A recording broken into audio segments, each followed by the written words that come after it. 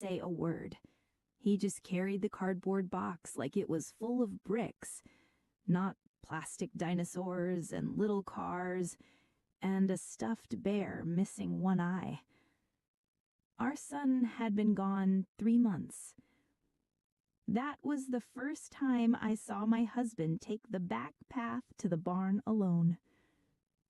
I watched from the kitchen window, hands wet in the sink, soap bubbles dying on the surface when I stopped moving. He never looked back at the house. He just kept walking, shoulders squared, like this was one more chore that needed doing. Fix the gate, mend the fence, bury the toys. He disappeared behind the barn. When he came back, the box was gone, and his hands were empty. I dried my hands on a dish towel and met him at the door. "What did you do with them?" I asked, though I already knew. "Couldn't stand looking at them," he said, voice low, raw at the edges. It's better this way." He smiled, but not with his eyes. We didn't talk about it again. Not that day, not that year. We just let the barn and the field and that piece of ground hold what we couldn't. Grief rearranges a house in small ways first. Our son's room stayed closed, except when I slipped in to sit on the edge of his bed and apologize to the air. His cereal bowl stayed on the top shelf, even though no one reached for it. The sound of cartoons stopped, replaced by quiet I didn't know what to do with. My husband buried himself in work, up before dawn, back after dark, smelling of soil and hay and diesel. If grief has a language, his was sweat and silence. Behind the barn, the earth settled over the toys. Grass grew, seasons changed. We let time pile up like dust on the piano he used to bang on. Years passed. We got good at walking around the empty spaces. The first strange thing happened on a Tuesday. Funny how grief never picked special dates. But whatever this was, it did. I was hanging laundry on the line, sheets snapping in the breeze, clothespins between my teeth, when something bright near the fence caught my eye. It was a red truck, our son's favorite toy, the one with the chipped paint on the door and the missing back wheel. Only it wasn't chipped anymore, and both wheels were there. It sat on top of the grass, not buried in it, clean, polished. The kind of clean you get when something is new, not when it's been underground for years. I frowned and looked toward the barn. The part of the yard he'd gone to that day was only 10, maybe 12 steps away. I called out to my husband, voice too loud in the empty yard. "Did you find this in the barn?" He came out wiping his hands on a rag. When he saw what I was holding, he stopped like someone had reached out and grabbed him by the collar. "No," he said. "Maybe you forgot," I offered gently. "Maybe you brought it in and—" "I buried that." He swallowed hard. "With the others. All of it."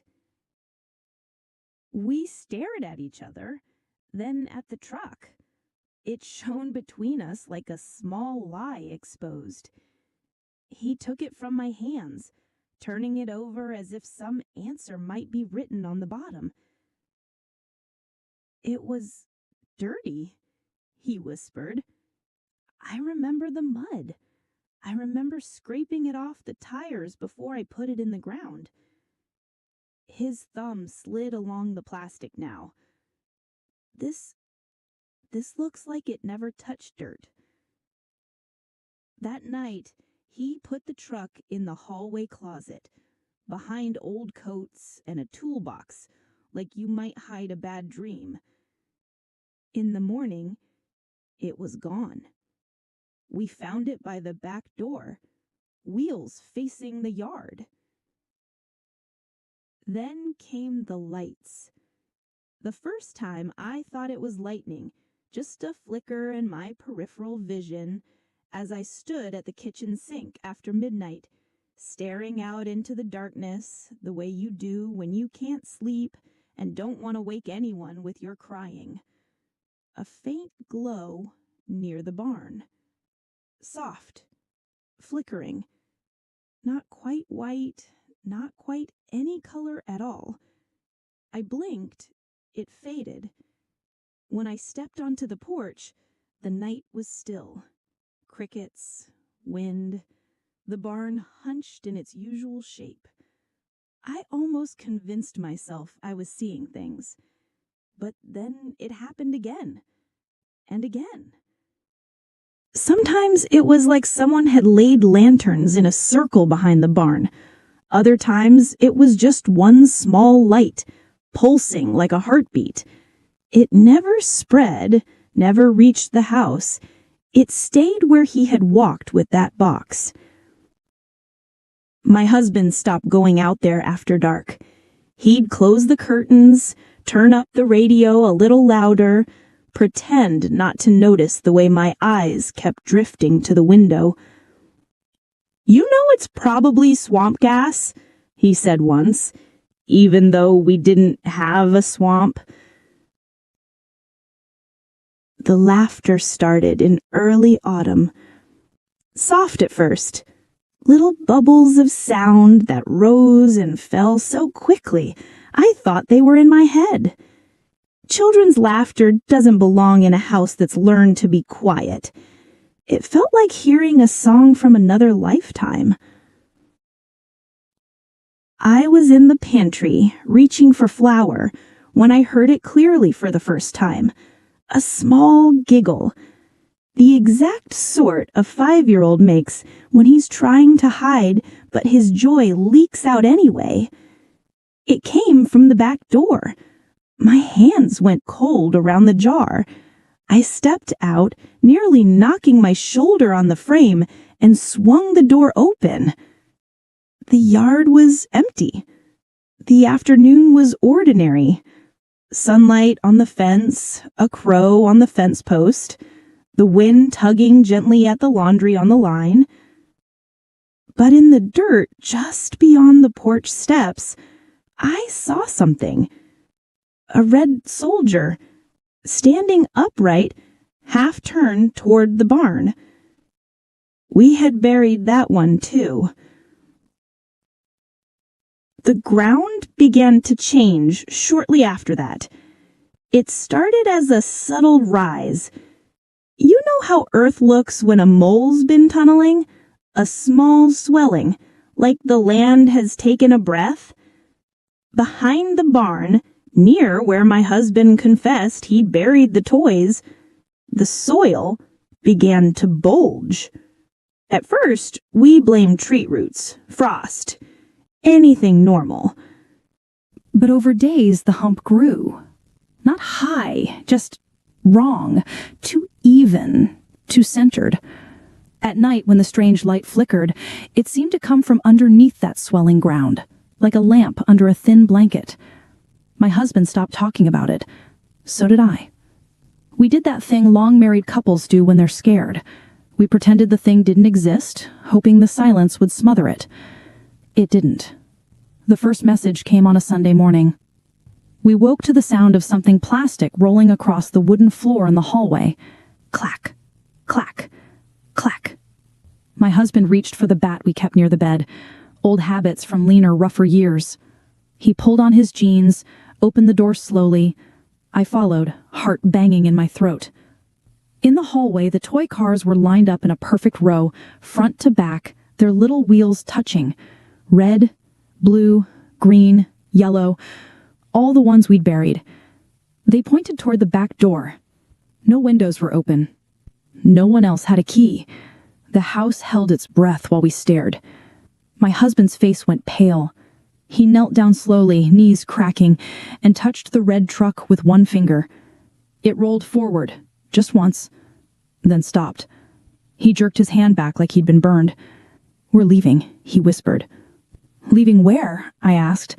My voice sounded thin in the hallway. "This isn't right," he said. It's not natural. We should have done things differently. We should have..." He didn't finish the sentence. I looked at the little line of cars, at the chipped paint that wasn't chipped anymore, at the way they waited, patient, pointing at the door like a word I didn't yet speak. "It could be him," I said quietly.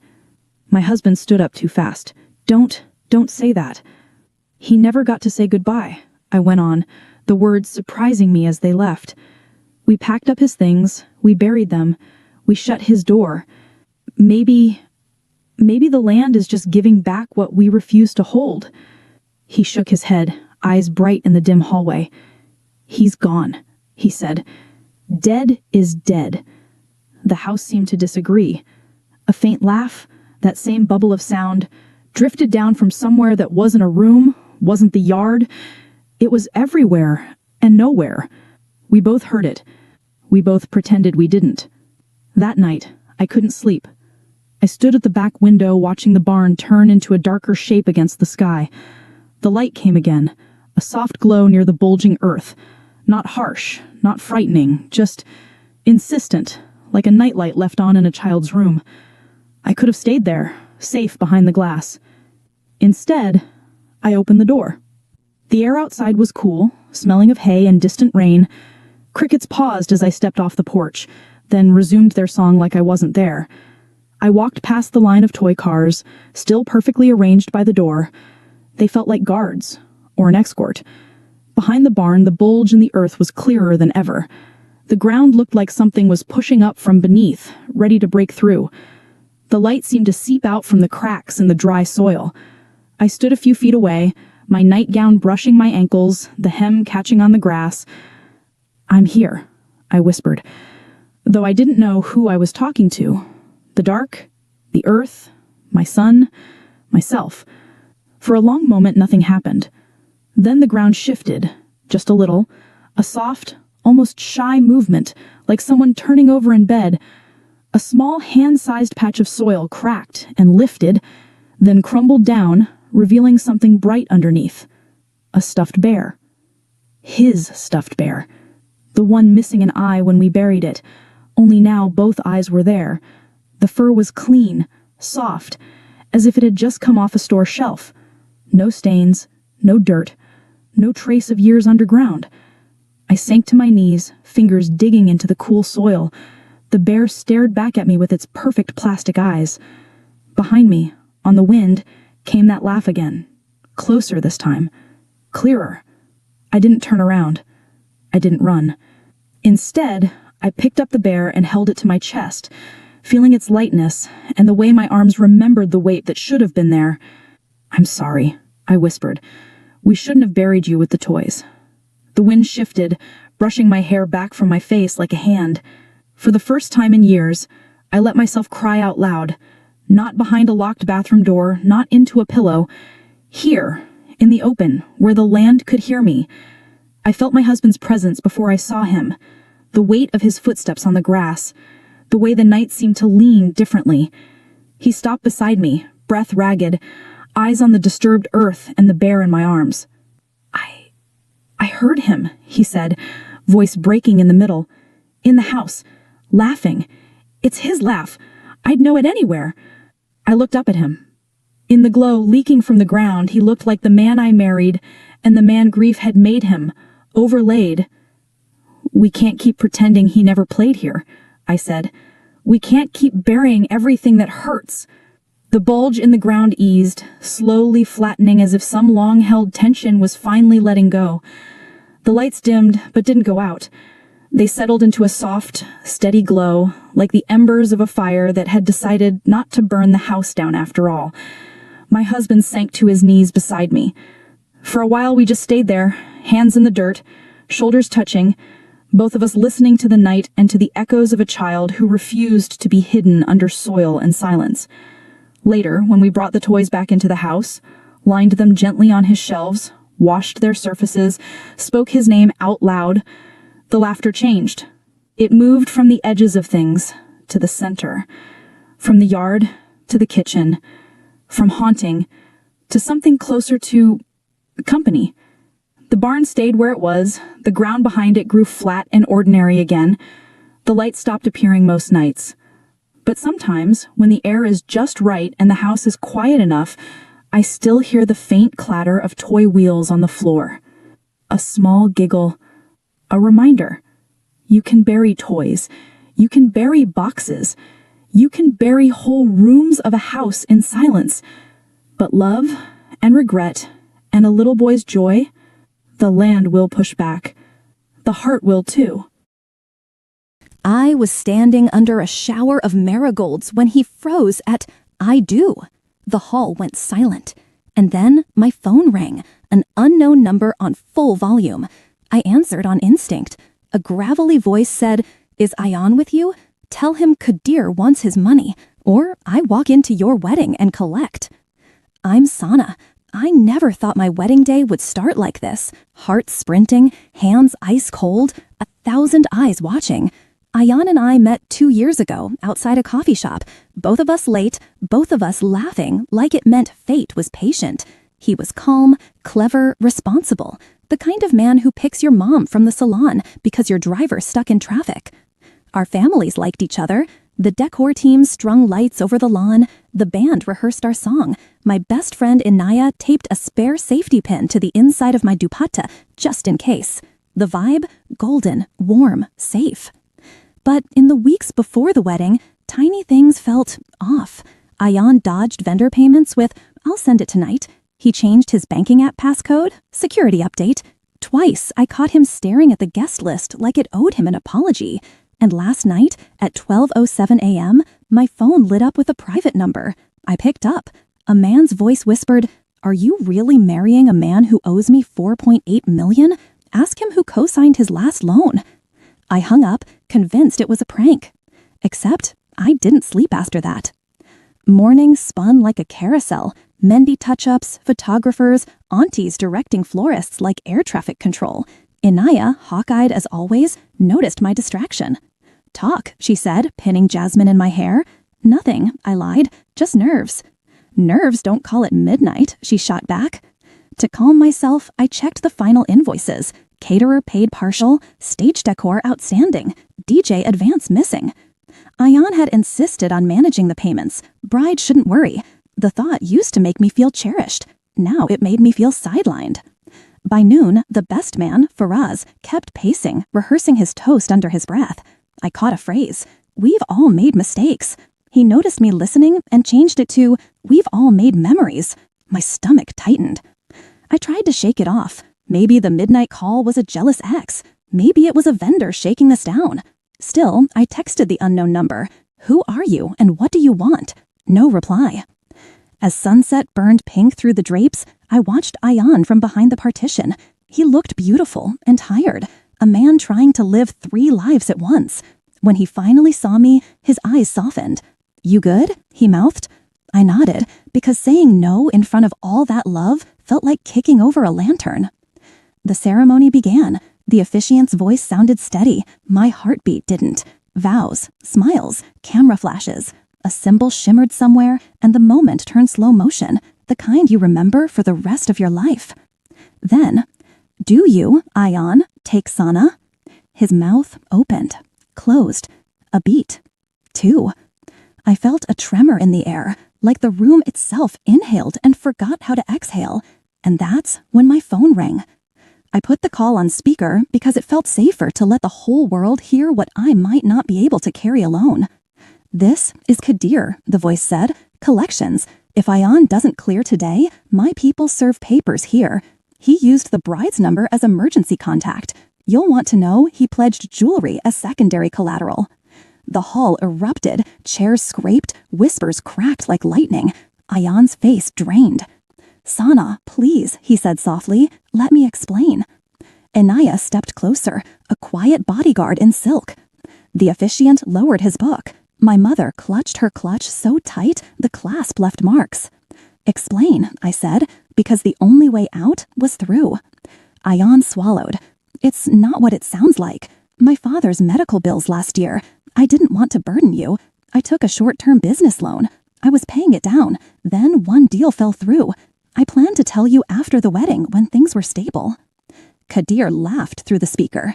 Tell her about the second loan, Sahib, the one with double interest. Tell her who guaranteed it. Silence. He didn't look at me. Who guaranteed it? I asked. Ayan's voice cracked. Your name is on one application. I didn't. I just used it as a reference, not collateral. Send the document, I said, into my phone, surprising myself. Now. A chime. My screen flashed a PDF, and there it was. My name, Sana Akhtar, in the neat block where guarantor should never have been. My blood went cold, but my thoughts were crystal. I looked at Ayan. You used me to look creditworthy. His eyes brimmed. I thought I'd fix it before it touched you. By marrying me, I said, the words tasting like iron. By making my reputation the collateral you couldn't repay. People think a climax is a shout. Sometimes it's a whisper that leaves scorch marks. I took the mic from the officiant. Everyone, please sit. No one's serving papers while I am still in this dress. The hall obeyed. Maybe it was the steadiness in my voice. Maybe it was the collective instinct to witness whatever happens next. I faced Ayan. You get one chance to answer clean. Did you ever intend to tell me? I wanted to, he said. Every time I tried, I saw you glowing, and I couldn't smear that light with my mess. Inaya stepped forward. There's more, she said, and pulled a small velvet pouch from her bag. Inside was my engagement ring, and another, almost identical, cheaper metal, lighter stone. We found this at the jeweler when we checked the prongs. Your original was swapped. I looked at Ayan. He flinched like the truth had bones. I replaced it temporarily, he admitted, to release some cash for the payment due. The original is safe. Kadir has it as a hold. I swear, Sana, I was getting it back after tonight. So the ring was collateral, and the vows were a payment plan. He closed his eyes. I'm sorry. I want it to be the kind of bride who forgives because a story needs a happy ending. Instead, I became a woman who understood that love without honesty is a scaffold with no building. I handed the mic to the officiant. We will pause this ceremony. Ayan will step outside with me, our parents, and Inaya. Kadir, stay on the line. We moved to the side room, a little bubble of truth with flickering fluorescent lights. My mother breathed in counts of 4. His father held his chest like memory weighed more than pain. I laid it out, a repayment schedule drafted on the back of the program, a cease contact clause for Kadir the moment a down payment hit, a notarized apology for putting my name anywhere near a contract, and one more condition. No more secrets. If there is anything else, you say it now. Ayan stared at the floor, then at me. There is one more thing, he said. The second loan, most of it wasn't for the hospital. I did try to flip money in a side deal. Quick returns. It was stupid. I wanted to give you everything. The house, the car, the perfect start. I gambled with loans instead of dice. I felt something inside me go very, very still. Sometimes rage is loud. Mine was surgical. Then here's my final condition, I said. There is no wedding today. He looked like the ground fell away. Sana. There might be a wedding someday, I continued, voice even, but it will be to a man who comes clean first and asks for my hand later. You can keep your tux, you can keep the playlist, you cannot keep my trust without rebuilding it from the dust. I turned to Kadir's voice on speaker. You'll get your down payment in 2 hours. Send the release form for my name. You ever call me again, you deal with my lawyer. Understood, he said, almost respectful. We walked back into the hall together, Ayan on my left, Truth on my right. I took the mic one last time. There is no ceremony tonight, I announced. Please take the food. Please take the flowers. Take photos if you must and caption them with kindness. We will use your prayers more than your gossip. And then I did something no script had prepared me for. I hugged him. Not as a bride forgiving a groom, but as a person holding another person at the edge of a cliff. Later, when the lawn was empty and the marigolds looked like little suns falling to earth, I sat with Inaya and watched the moon climb the hotel glass. My phone buzzed. Ayan's text. I've started the payment. I'm sorry. Another ping. Kadir's receipt. And then a third notification from an unknown email address. A drive link labeled "For Sana before you decide." I didn't open it. Not yet. Sometimes love means letting go before you lose yourself. Sometimes it means pausing the music so you can hear the lie behind the lyrics. To be continued. I thought I had uncovered the whole truth until I found the hidden folder on his phone.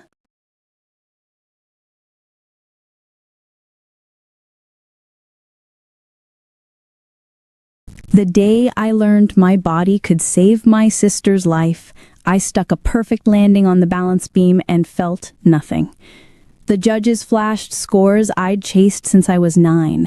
Coach Donovan squeezed my shoulders hard enough to bruise, and the arena roared with the kind of noise that makes you believe in destiny. But the word match kept echoing in my skull, louder than any applause. "Avery," Coach murmured into my ear as I waved to the cameras, "this is the routine you take to trials. This is the one that punches your ticket." I smiled for the lenses, for the girls in the youngest team row with their glitter bows and round eyes, for the sponsor whose logo was stitched over my left hip. I smiled and waved and pictured a sterile room at St. Luke's 2 miles away where my mom sat with my sister Lily, and a nephrologist I'd only met once said the words, "It looks like Avery is an excellent match." After the medals, I changed in the locker room. My teammates chattered about celebratory milkshakes. I stared at the chalk ground into my knuckles and thought, how much of me can I give away and still be me? Coach Donovan watched me through the mirror. Her blown bob was sharp enough to draw lines through the air. "You did good," she said. "You did more than good. You did what I always knew you could." I laced my sneakers and said, "Mom called before beam." Her eyes flicked to mine. Coach rarely allowed anything not gymnastics through the door, but Lily had a way of making it in. "She okay?" she asked. "They want me to come by. There's news." Something old flickered across Coach's face, fear disguised as control. She said, "Take tonight," quickly, as if offering time was an act of generosity rather than necessity. "Be with your family. Tomorrow at 8, we start picking apart that routine. There's half a tenth on the full turn, and we're not leaving it on the mat." I nodded. Then I drove to St. Luke's with my hair still slicked back and glitter still stuck in the corners of my eyes. The fluorescent lights in the hospital corridors were a different kind of spotlight, colder, impossible to impress. Lily's room looked like she'd bullied it into being hers. Posters from our favorite indie bands taped crookedly to the wall, a smuggled plant with leaves like glossy coins perched by the window. She was small in the bed, but stubbornly upright, her hands wrapped around a heating pad. My mother stood as soon as I walked in and hugged me so hard I couldn't breathe. "You got gold," Mom said against my neck. It sounded like she was reporting the weather. Her eyes were too bright. "You got gold, baby." "It's okay," I said into her hair. "I'm here." The nephrologist was a tall woman with kind eyes and surgical hands. "I'm Dr. Patel. We've met, briefly. I asked permission to call you because of preliminary results from your blood work. Avery, you're a match. A strong match." Lily looked away, her jaw set. She hated the way people looked at me now, like my arm was an ATM for kidneys. I pulled my chair until my knees touched the bed. "What does strong mean?" I asked. "It means your tissue compatibility is excellent. It means if you choose to donate, your sister's chances are significantly better. It does not mean you're required to. It does not mean you're responsible. We'll do further testing. We'll talk in detail. But I didn't want to wait to tell you. Match results like this matter." My mom squeezed my hand. Lily whispered, "Delete it." "What?" "The word match. Uninstall it from your brain. You have trials in 6 weeks. We've been waiting for this since Mrs. Henry's living room when you used the back of her couch as a vault." I remembered the couch, the line of throw pillows we pretended were mats, our neighbor banging on the ceiling because our landing noise was too much for a Tuesday night. Lily stood at the end of the makeshift runway with a marker, drawing stars on the back of my hand each time I stuck an imaginary vault. "I can do both," I said, knowing it was a lie as soon as I spoke. Surgery like this wasn't a sprained ankle you iced and taped. It would be months of recovery. It would be paperwork and tests and scars. "The waiting list is long," Dr. Patel said. "Lily's GFR is dropping faster than we like. Your kidney could give her years. It could give her college. It could give her what she deserves." "What she deserves," Lily said, "is a sister who doesn't make me the villain in her Olympic dream movie." "Hey," I said sharply. She flinched, then lifted her chin. "If you do this, you'll lose trials. You might lose Stanford. You'll lose you." "I'm not worth that." "You are," I said. "You are, even if I wasn't your sister." Her eyes filled and she pressed the heels of her palms against them. I hate this conversation. I hate this room. I hate the way everyone looks at my kidneys like stacked suitcases no one wants to claim. Mom sat on the edge of the bed and brushed Lily's hair back like she had when we were little. "We're not deciding tonight. We're just putting the truth on the table. We can walk around it, look at it from all sides, and we're still here. We're going to be here tomorrow." I nodded, calmed and not. The truth was a heavy, unlovely centerpiece. Even letting it sit on our table without touching it changed the meal. My morning, my phone was a buzzing hive. Coach asking for videos of the beam routine, my teammate Julia sending a string of fire emojis, my best friend Noah texting a photo he'd snapped from the stands with the caption, "That's my superstar." Noah had been filming my meet since 5th grade with his dad's old camcorder. Now he did it with a gimbal and a YouTube channel that made money off pre-roll ads for running shoes. He had a way of catching the moment before the moment, the breath before the pass, the look at the chalk bucket that told the whole story. I typed, "Hospital last night. Let's talk later." His reply was immediate. "I'm at Hoosiers getting us bagels. What room?" I sent the number, and 15 minutes later, he came in with a paper sack and the smell of cinnamon and coffee. He stopped when he saw my face. "Okay," he said softly. "Tell me." I told him. He listened without flinching like he always did, like he had a container built into his chest for other people's hard things. When I was done, he set the bag on the tray and said, "You don't have to decide based on anyone's camera." I laughed, unsteady. "What does that even mean?" "You can live your life without worrying about what it looks like from the stands. Even mine." "I don't know how to do that," I admitted. "Everything's been about how it looks from outside. Scores, scouts, stories. The whole world reduces to numbers for a second after I salute." He reached across and tapped the inside of my left elbow, just above the blue-green map of veins. "This part doesn't reduce. This part expands." Lily rolled her eyes. "Is this where you recite slam poetry about organs?" she asked. "Absolutely," Noah said, undeterred. "But first, bagels." We ate and laughed in ways that felt like theft in a hospital. Later, when Mom fell asleep in the visitor's chair and Lily dozed with the plant leaves touching her wrist like a blessing, I stepped into the hall with Noah. "What are you going to do?" he asked. "I don't know," I said. But when Dr. Patel said years, I could see them. Lily in lecture halls. Lily at a bad apartment with a good roommate, complaining about the water pressure. Lily wearing a cap at graduation and pretending she hates the pomp, even though she loves it. It's like someone opened a window. "And trials?" Noah asked. I pictured the huge arena smell, metal and sugar, the way the light falls like coins, the judge's hands folded like birds. "Those windows were already open," I said. "I've had my head stuck out of them since I was 10. Noah leaned back against the wall. Then it's a stupidly hard decision between two windows, he said. And a door, I said, surprised at myself. Door? The one that leads to Lily's life not being measured in creatinine numbers anymore, I said. The one that turns waiting into walking. He went quiet. Then he said, whatever you choose, I'll film it like it's the most important thing in the world and not put it on the internet unless you tell me to. I looped my arm through his. You'd make a great PR person, I said. I'd make a terrible PR person, he said. I like the truth too much. The gym smelled like summer camp and old coins.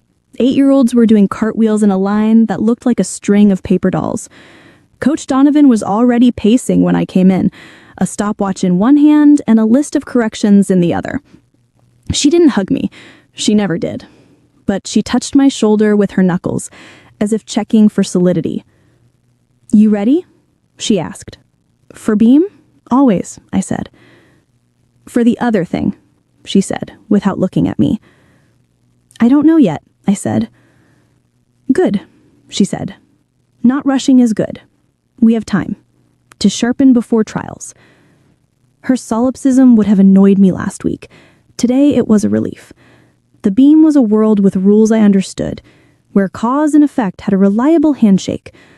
I mounted, found the line, breathed in 4 counts and out 4 counts. On the series, my heart stuttered. Not from fear, but from the sudden image of a surgical room. The green drape, the metal clatter, the quiet music the nurses always play like it can keep people from falling apart. I wobbled and caught it. Coach's whistle sliced the air. Reset, she said. Again. I repeated the routine until my thighs burned. Coach's corrections were a metronome I'd been moving to for years. When I dismounted and stuck, she finally said, I assume you were aware a surgery like that would end your trials? I am, I said. She nodded, businesslike, then softer than I had expected. I grew up in a town where we measured the year by football and funerals. My little brother had a heart that sounded like a song you couldn't quite follow. If I could have given him mine, I would have, but I would have resented him on Fridays. I blinked. Coach rarely offered autobiography. I'm saying, she continued, choice will not make you a saint. It will make you tired. Whatever you choose, make sure you know what you're choosing, not just what you're giving up. Is that your way of telling me not to? I asked. It's my way of telling you I will not be the villain in this story, flatly, but I will fight for your talent like it's an endangered species. It is. Later, in the parking lot, I ran into a woman in a blazer that signaled capital L logo. Kara, my sponsor rep, leaned against a glossy car and smiled with her teeth. Heard the news. I didn't know it was news, I said carefully. Everything is news if it can be, she said. I want you to know if you go ahead with this medical interruption, we will have to evaluate our contract. You're a trial story. Without trials, you'll find another girl to sew my logo on. I didn't plan to sound brave. It just happened, like a balance check. She laughed. We love your edge, she said, and then slid behind the wheel of her metaphor and drove away. Noah texted, sponsor? I texted, shark with veneers. He replied with a gif of a shark wearing braces. I laughed alone in the lot and shook my head until the motion made me feel like a person again. At night, I lay in my childhood bedroom, the ceiling still spattered with glow-in-the-dark stars that looked like confetti someone forgot to sweep up. Lily was downstairs, the TV murmuring comfort to anyone who couldn't sleep. Mom had started making lists. Questions for doctors, notes about FMLA paperwork, rent due dates. The lists arranged themselves on the kitchen table like a paper fort. My phone buzzed. A number I didn't recognize. I almost ignored it, then answered. Hello? This is Avery?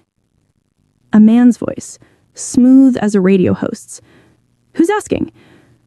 This is Councilman Bricks. From... I sat up. The city council? I chair the health committee, he said smoothly. I saw your medal and heard about your sister. If you're considering being a living donor, my office would love to partner on a public awareness campaign. It would be great for both of you. Great for the city. Inspirational. I haven't decided yet. Also, this feels opportunistic. He chuckled. Everything is, he said as if that absolved him. Think about it. There's money for the hospital attached. I hung up and stared at the star-speckled ceiling. Somewhere in the house pipework a sound like a sigh. The next day I sat with Lily in the garden outside the hospital while she counted out her pills from a plastic organizer. The sky was a clean slate blue. An elderly man fed crumbs to birds that pretended not to be grateful. I don't want to be the reason your life takes a detour, Lily said. You were headed somewhere clear. Maybe clear is code for narrow, I said.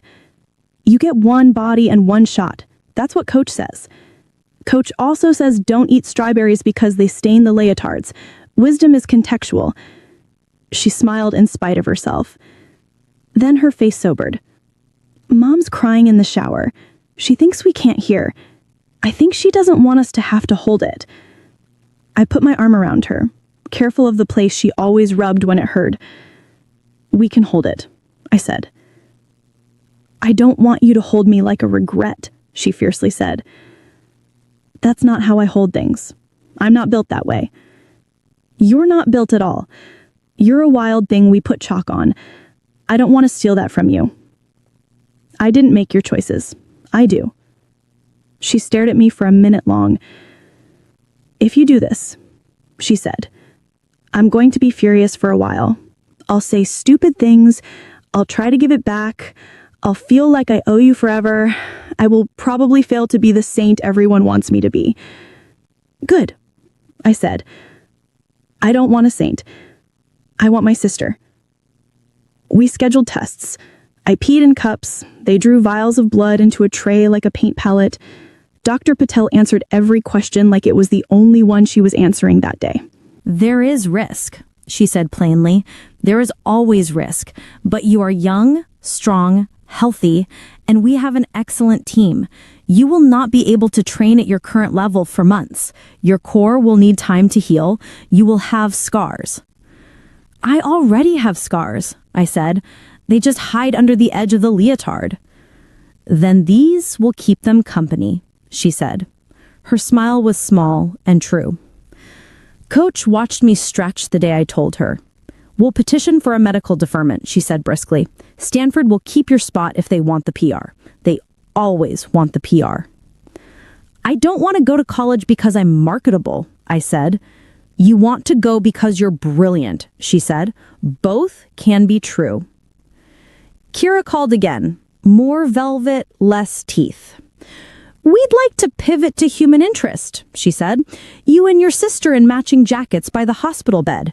We can do a billboard. Give big. Lose my number, I said. You'll regret this, she said, letting the veneer slip. I'll regret not doing this more, I said, and hung up. Noah uploaded a video that night. It wasn't my beam routine. It wasn't any routine. It was 60 seconds of him walking through our gym while the girls shrieked and fell and got up. He filmed their chalky high fives, the way Coach tucked a stray strand of hair behind Julia's ear, the sign over the exit that said, "Trust your legs." The caption was simple. This is what a dream looks like from the floor. He didn't mention me or Lily. He didn't need to. The comments were full of people telling their own stories. A coach in Nebraska wrote about an athlete who left to take care of a sibling and came back 2 years later with the most beautiful dance on floor anyone had ever seen. A man from Ohio said his brother donated bone marrow to a stranger and started a blood drive that was still going. A girl in Texas wrote, "My sister shaved her head when my hair fell out. We both looked like aliens, and I loved it." I lay on my bed and cried. Not the clean movie cry, the ugly, snotty one. When I was done, I texted Dr. Patel. Let's schedule. She called at once. Are you sure? She asked. Not because she doubted me, but because she wanted me to say it aloud. I am, I said. Let's do the kind of math that adds years. The week before, Lily disappeared. I came home from a light beam session, the house humming with the anxious stillness that meant Mom had gone to the grocery store to be alone for 40 minutes. The sticky note on the fridge said, "Chicken in the freezer. You are my favorite humans. Call if you need me." Lily's plant was by the sink like she'd been about to water it and changed her mind. Her keys were on the counter. Her phone was face down on her bed. I called her name. I checked the backyard, the neighbor's porch, the bench in the tiny park 2 blocks over where she liked to sit and pretend the tree was a different tree in a different city. I found a note on her pillow. 3 sentences. "I can't let you do this. I'm sorry. I'll be back when it's too late to stop you." I swore. Then I called Noah. He came in 5 minutes. Didn't ask stupid questions, just started doing what he did best, gathering the story. He pulled up Lily's music app, checked her texts, which were mostly me, Mom, and a friend from the hospital named Jada, who sent her memes about nephrologists with terrible shoes. Noah said, her friend Jada mentioned an empty pool, a drained city pool by the river. They sneak in through a gap in the fence and sit at the deep end and yell because the echo makes sad things sound like they aren't. We drove to the pool. The sky was a deep purple bruise. The fence was exactly where Jada said, bent like a mouth missing a tooth. Inside, the concrete bowl yawned, a ghost of summers. A figure sat at the edge of the deep end, legs dangling in the air as if there were water to kick. "Hey," I said. Lily didn't turn. "Go home," she said. "Tell Mom I'm at Zoe's." "I'm not going to tell Mom you're lying," I said, sitting a few feet away. "It undermines the whole trust-based family structure." She snorted, a miserable sound. "You're not funny." "I'm only funny when people stop crying," I said. "You taught me that." She rubbed her face with her sleeve. "I don't want you to go under a knife for me," she said. "I don't want to be a person who ends careers." "You're not ending it," I said. "You're shifting it. That's what people say when they don't want to own losing," she snapped. "I am losing. I am losing trials. I am losing the chance to hear that crowd and salute that floor and see the judge at vault raise her flag for me one more time. I am losing that. It is not nothing, but I am also choosing." She stared at the concrete. "I don't know how to be worth it," she whispered. "You don't have to be," I said. "You just have to be." She shook her head hard enough to pull tears loose. They fell onto the dry pool where water should have been. "What if something happens to you?" she asked. "What if you get infections? What if your body says no? What if we get a decade or 2? What if you get to take organic chemistry and complain about it in a coffee shop and fall in love with someone who thinks laughter is the 6th vital sign? What if our kids, if we have them, drown each other in sprinklers in the yard and we yell because someone ran on the sidewalk and then we laugh? What if we get 1,000 Tuesday nights where we fight about who forgot to buy onions? I want those stupid onions with you." She let out a sound like a breaking and a beginning. "You hate how good you are with words," she said thickly. "I failed AP English," I said. "You failed the exam because you were at a meet. You would have aced it and you know it. Don't rewrite history to make me feel better." "I will never rewrite history, but we can write the next page." She scrubbed her cheeks again. "Take me home," she said so quietly I almost missed it. We climbed back through the fence. Noah leaned on the car, hands in his jacket pockets, pretending to look at the river so we could have a private ending. "Did you find the echo?" he asked. "Yeah," Lily said, voice still wobbly. "It said, 'You're stubborn.'" "I've heard that echo," he said mildly. "You can ride in the front." She did. On the way home, she took my hand and didn't let go. Surgery day tasted like mint and fear. The nurses gave me a gown that tied in the back and socks with rubber dots so I wouldn't slip. Dr. Patel drew a small arrow above my left hip with a pen. She said, "I I don't really need the arrow, but rituals matter. She went to check on Lily. Mom knelt beside my bed and pressed her forehead to my hand. Your grandmother would have said this is what God looks like, a person laying down part of themselves so someone else gets to get up. Grandma also believed in bird omens, I said. She thought a cardinal was your grandfather. Maybe it was. Maybe everything is something else wearing a convincing disguise. Noah appeared like a quiet miracle at the curtain. He brought your song, he said, holding up his phone. We had a playlist for every event. Vault songs that made me feel like steel, beam songs that made me feel like silk. He placed a Bluetooth speaker on the side table and hit play. A gentle guitar that had been in my ears before every routine since I was 13.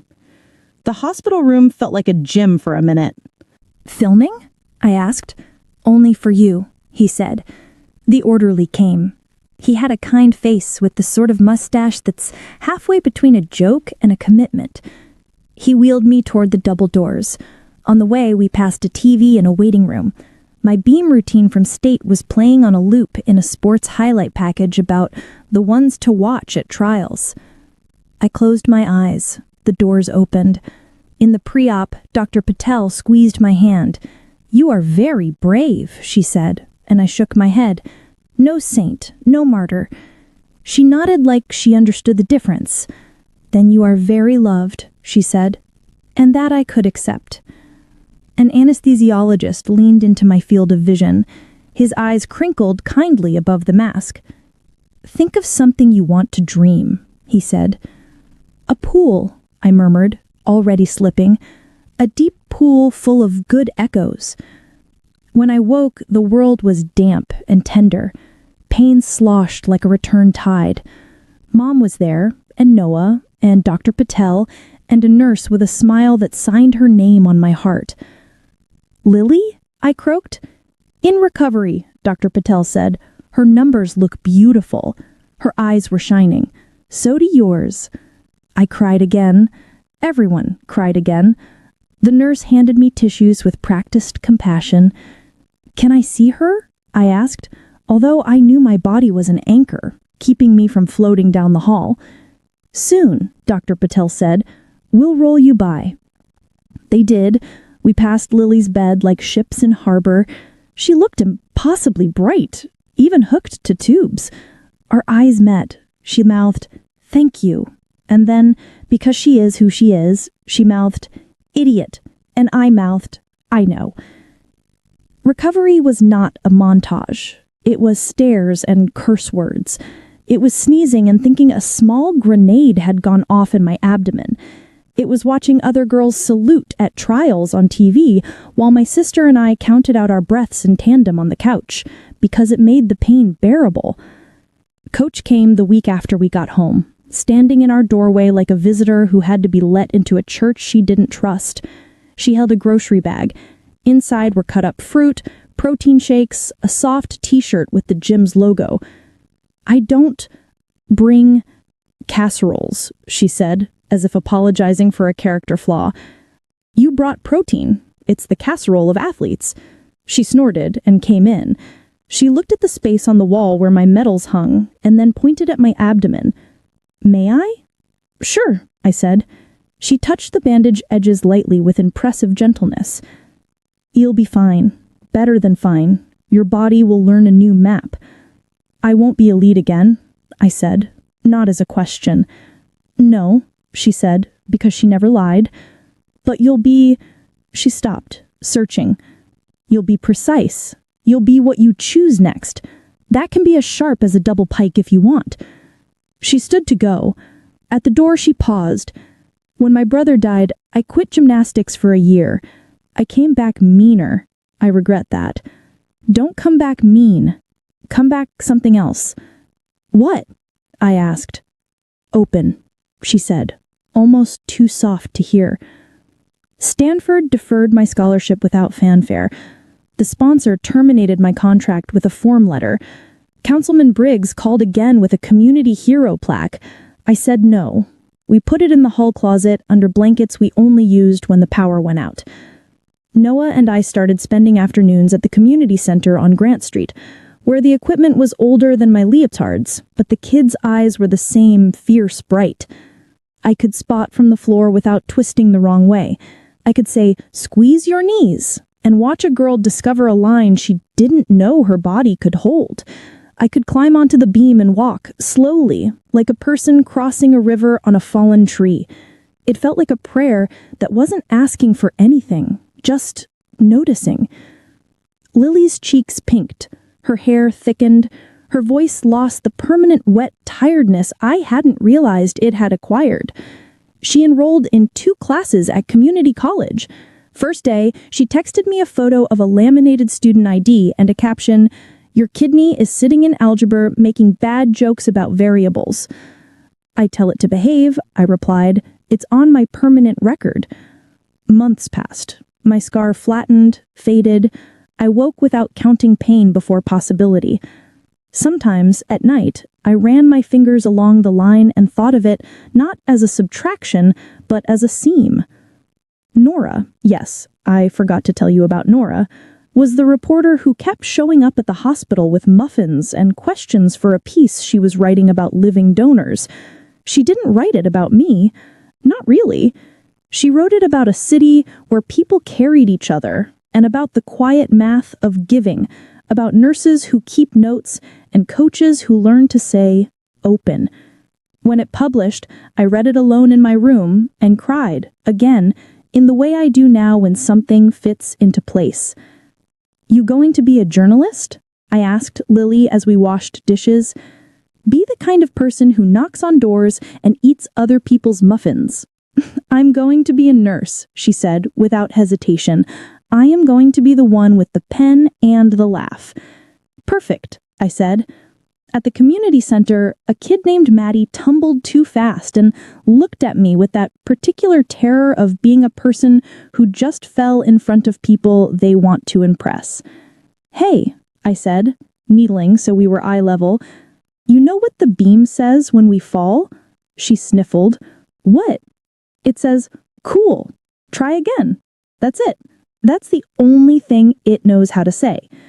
She wiped her eyes and nodded. She mounted. She fell again. She mounted again. When she stuck the full turn, she grinned with her whole face. It was better than a stadium. "What if you start a program here?" Noah asked one evening as we closed up. "Adaptive gymnastics. For kids with medical stuff and kids who think they can't because the world told them a story about their limits." "My sister will make fun of me for calling it medical stuff," I said, smiling. "But yes, let's do it." We did. We made flyers, we talked to the hospital, we wrote grant proposals with too much sincerity and not enough jargon. People sent $20 and notes that said, "For my niece," and "For the coach who didn't give up on me in 1989. We called it the next step because sometimes the next step is the only step you can see. The first day, 5 kids showed up. A boy with a port in his chest, a girl with a brace on her leg, a quiet kid who'd never tried a cartwheel because his mother worried the world would break him.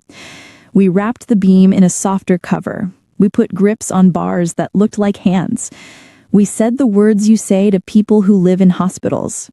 You're allowed to be clumsy here. Clumsy is a love language. Coach Donovan came to the 4th session, wearing her gym jacket like armor. She watched us for a while, then pulled me aside. "You look like a coach," she said. "I am," I said. She nodded, containing her approval like a valuable liquid. "We have extra mats," she said. "I'll send them." "Thank you," I said. She swallowed, then added, "I'm proud of you." It came out like a confession. I hugged her. She stiffened, then let me. Lily told me in the car one day, staring straight ahead so she wouldn't have to be brave and meet my eyes, "I don't regret it anymore." You were allowed to," I said. "I know. I don't now." We drove over the bridge in a silence that felt full. In May, 1 year from the day I stuck the beam and felt nothing, the community center hosted a showcase. We set up folding chairs and strung twinkle lights that turned the peeling paint into a set. Parents filled the room with the kind of love you don't need to polish. I wore a leotard again. The girls squealed. Lily gave me a thumbs up from the front row. Dr. Patel sat beside her, her hands folded in a way that felt like a benediction. Noah checked the camera angle, then looked at me. "You ready?" he asked. "Yeah," and this time I felt the yes in my bones. I mounted the beam, not the high one, the middle. I breathed in fours like the first time. My body knew the map, even the altered one. I walked. I did a simple series. Front walkover split, back handspring step out. On the dismount, I didn't go for anything flashy. I did a cartwheel to a 2-foot landing and stuck it like I was planting a flag. The room erupted. The sound was the same shape as the arenas, just closer. Lily stood, crying and laughing. Mom clapped with her whole body. Coach whistled, which was her version of a standing ovation. Noah kept the camera on me for a beat longer than a highlight reel would have, then panned to the kids, faces shining. I bowed and thought, this is the dream I didn't know to dream. After, when the chairs were stacked and the twinkle lights turned off, and the room smelled like sweat and sugar from the bake sale, I stood with Lily in the doorway and looked out at Grant Street, where a cardinal landed on a wire and cocked its head at us like it knew something. "You happy?" she asked. "I am," I said. "Are you?" "I'm tired," she said, laughing, which is the same thing sometimes. We locked up. The night air felt like a cool hand on a hot forehead. We walked to the car. My scar itched in the way scars do when the weather changes. I touched it, not as a reflex now, but as a reminder. In the passenger seat, Lily leaned back and sang out loud with the radio, off-key and free. At a red light, she suddenly turned to me and said, without warning, "I used to think your biggest dream was the beam at trials. I think I was wrong. I think your biggest dream was to be the person who could step down and still be yourself." I looked at her, healthy, inconvenient, beloved, and said, "Maybe all our biggest dreams are just ways of becoming the person we were trying to be all along." She rolled her eyes. "Write it on a pillow," she groaned, then grinned. "Put it in the brochure for the next step. The parents will eat it up." "They will," I said, and we laughed, and when the light changed, we went. As we crossed the bridge, the river below took the last of the sunset and stretched it thin, a ribbon unspooling into night. The windows were open. The air was ours. We didn't need an echo to know we were exactly where we were supposed to be.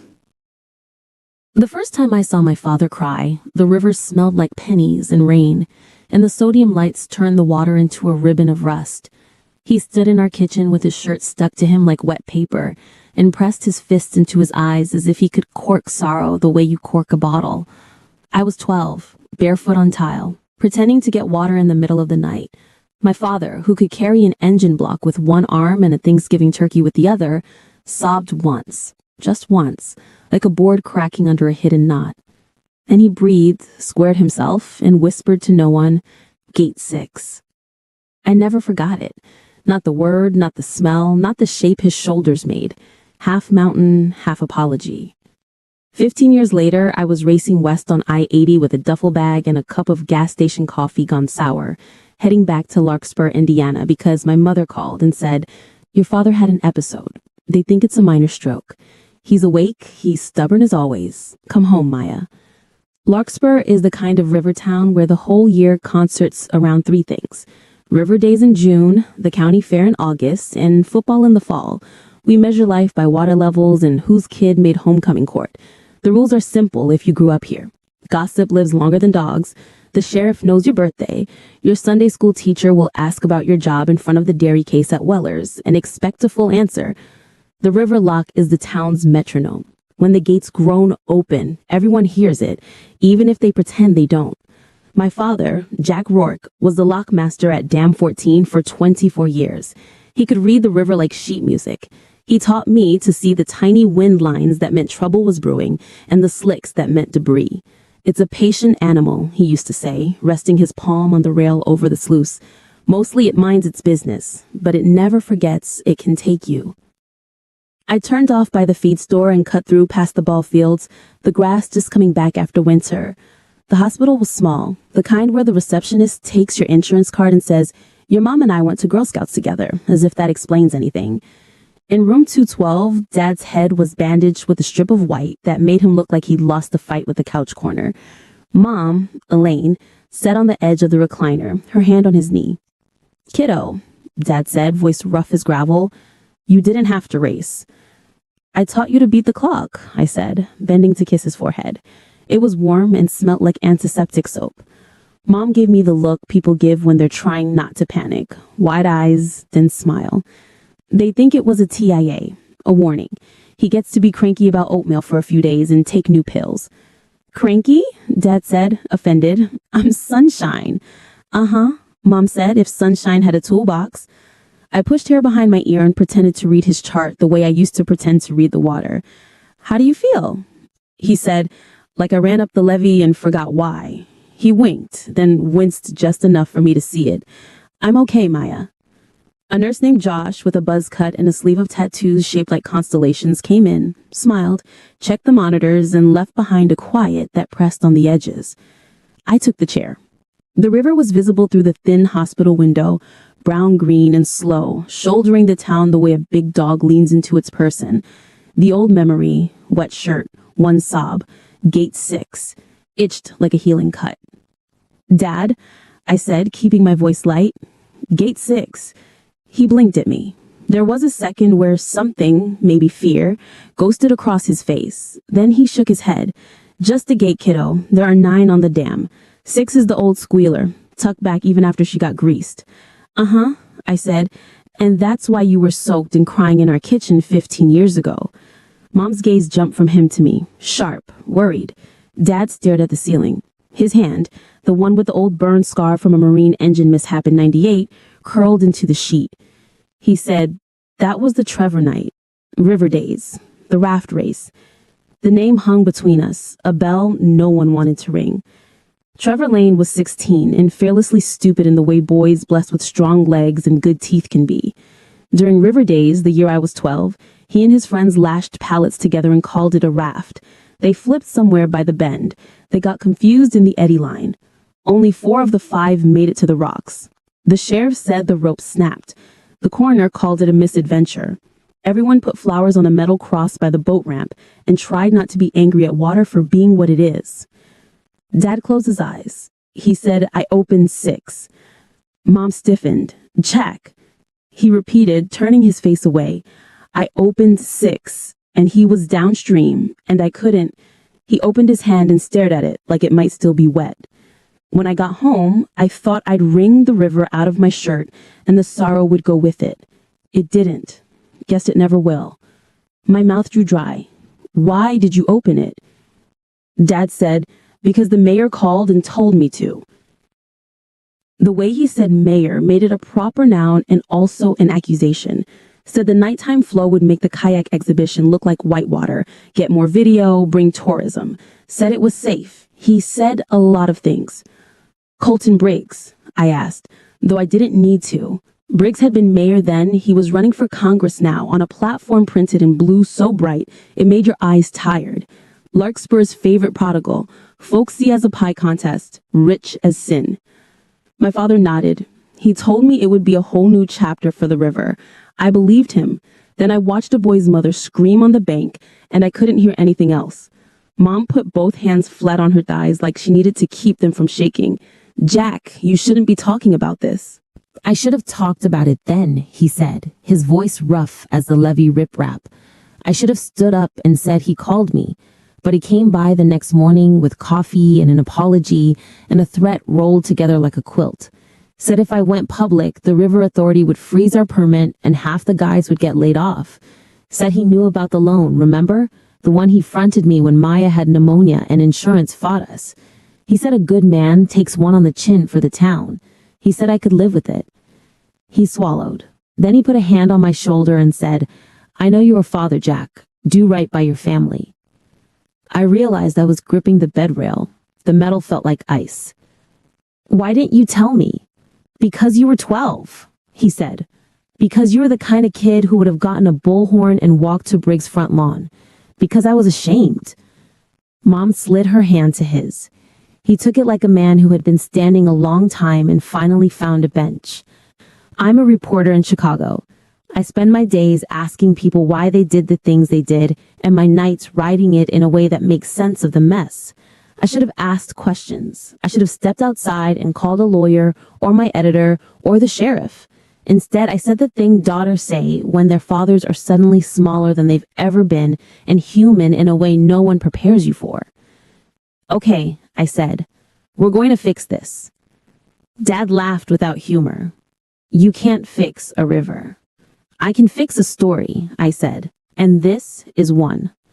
The River Authority office smelled like paper and coffee older than anyone in the building.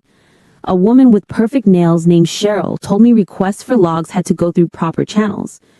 I smiled my big city smile and said I'd filed the paperwork. While she made a call, a man in a ball cap glanced at my name on the sign-in sheet. You a roke? He asked. Sometimes, I said. You're Jack's kid, he said, satisfied. He pulled me out of the lock chamber in '03 when I was dumber than I am now. He's a good man. Good men can do bad things, I said. Yep, that's how you know they're human. He told me his name was Eddie Pike. I bought him coffee at the diner where every booth had a story engraved into its laminate from generations of elbows. I'm not supposed to talk to you, he said, pouring sugar into his cup like it owed him money. But it's been sitting in my mouth 15 years and it tastes like metal. Talk, I said. He stared at his hands. The night Trevor, I was on second shift. I logged the call from the mayor. I heard Jack on the handheld saying, "We got kids down there, Colton." And the mayor said, he looked at me like a man being eaten from the inside. He said, "They'll shut us down, Eddie." Then the mayor came in with donuts, and I had to leave because if I stayed, I would have said something and lost my job. Do you have the old page? I asked, knowing I was reaching. I'm not a hero like that. I didn't take a picture. I didn't make a copy. I just went home and drank beer and pretended baseball would fix the world. Is there anywhere else? I pressed. Backup? Radio recordings? Anything? He shrugged. You know Mrs. Dupuy? Lives in the farmhouse by the bend? Ham radio nut. She records NOAA and every river frequency because she thinks one day she'll catch a UFO calling from a barge. If anyone has it, it's her. I found Mrs. Dupuy in overalls and a sweatshirt that said, "Keep calm and call QC." Her kitchen looked like Radio Shack had exploded. She made me tea in a dented kettle and told me about the time lightning hit her antenna and knocked her out of her recliner. People think radio is dead. She patted a transceiver like a cat. People are wrong. The air keeps everything we say in it, like a hoarder. What are you looking for? The night of the River Days raft race. Any chatter from the lock office? Anything from the mayor's car if he was on air? She cocked her head. You're Jack's little girl. I'm his only one, I said. Sit, she said. I like your father. He once fixed my mower with a paperclip and a prayer. She disappeared into a room and came back with a hard drive that looked like a weapon. It'll take a minute, she said, plugging it into a battered laptop. My indexing is artisanal. We listened to static and weather bulletins. Then we heard it, faint, like memory. Lock office to mayor, we've got kids on pallets downriver. Recommend holding all gates at status. Jack's voice, younger, solid. Then, as if he were already campaigning for the next thing, Briggs. Visual here looks good, Jack. Sheriff says they're clear. We've got the kayak team ready and donors on the bridge. We want some show. Give me 6 at half. You sure? We're fine, Briggs said, and I could hear the smile. Open it up. Larkspur needs this. Then a voice in the background, not on radio. A woman shouting, a sound that made the hair crawl on my arms. A man yelling a name. The mayor again. Just do it, Jack. There was more. The whine of the gate motors, the hard breath of men, the sheriff cussing. Then minutes later, calm, reported like a crime scene. We've got one unaccounted for. And the hollow noise people make when they realize they will have to say terrible things to someone's mother. Mrs. Dupree took my hand. The river keeps everything, she said. I told you. I copied the file. Then I sat in my car and shook until the rearview mirror rattled. Briggs' campaign headquarters was all glass and reclaimed wood, the kind of place that pretends to be humble while costing more than my apartment. He came out to meet me in rolled-up sleeves and a tie loose enough to say he was one of us. He was maybe 50, with the face of a man who'd learned early to make other people feel like they lived inside his attention. "Maya," he said, warm as a porch light. "I hear congratulations are in order for your father. He's recovering well?" "He's recovering," I said. He clapped me on the shoulder like we were cousins. "You always were a firecracker. I read your pieces in the Tribune. Larkspur is proud." "I have a recording from River Days. Your call to the lock." He looked puzzled for 2 seconds, and then his face did the thing I imagine it does when he's negotiating tax abatements in a back room. Polite cruelty arranging itself like silverware. "This is beneath you," he said. "That night was complicated. There were miscommunications. We all suffered. The Lane family suffered." "We all did," he repeated, with the patience of a man teaching a child. "The town did. I helped it survive. I kept the river open. I kept jobs. You kept yourself clean," I said. He leaned on the table, close enough that I could smell coffee and the kind of cologne that advertises legacy. "What do you want, Maya? Money? A campus lecture on ethics? A job when you get tired of writing other people's tragedies?" "I want you to tell the truth," I said. "I want you to stop using our grief as a campaign ad." He smiled and shook his head, as if disappointed in a student who'd almost impressed him. "Stories are the currency of power. Be careful which ones you spend." I walked out before I threw a chair.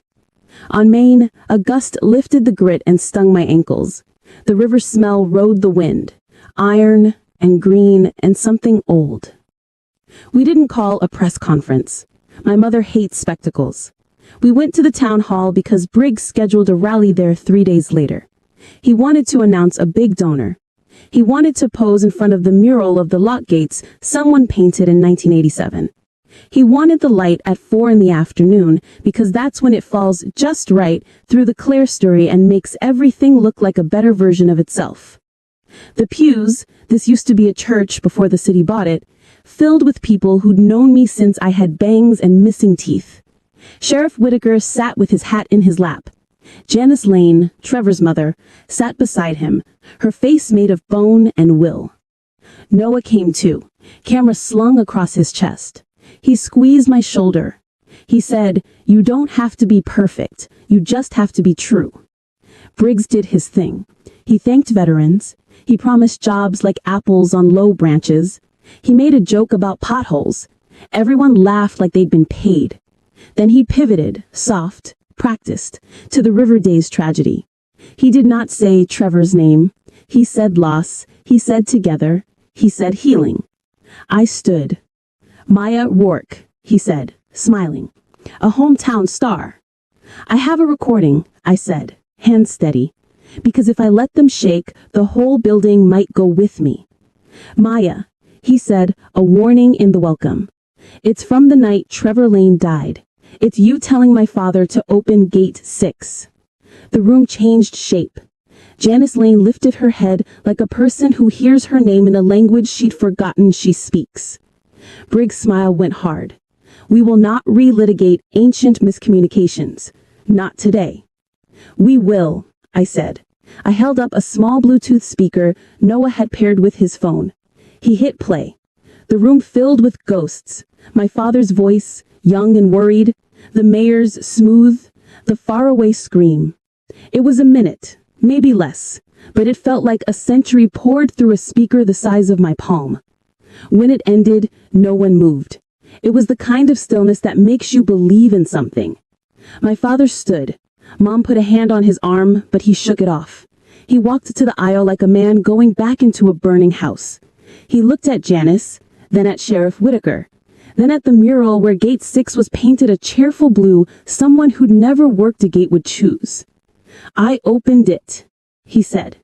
"I opened 6. I believed him when he said it was fine. I believed him because I wanted to be a good employee, and a good dad, and a good citizen of a town that needed a win. I believed him and a boy died. I'm sorry. His voice broke. One crack, like that night in the kitchen.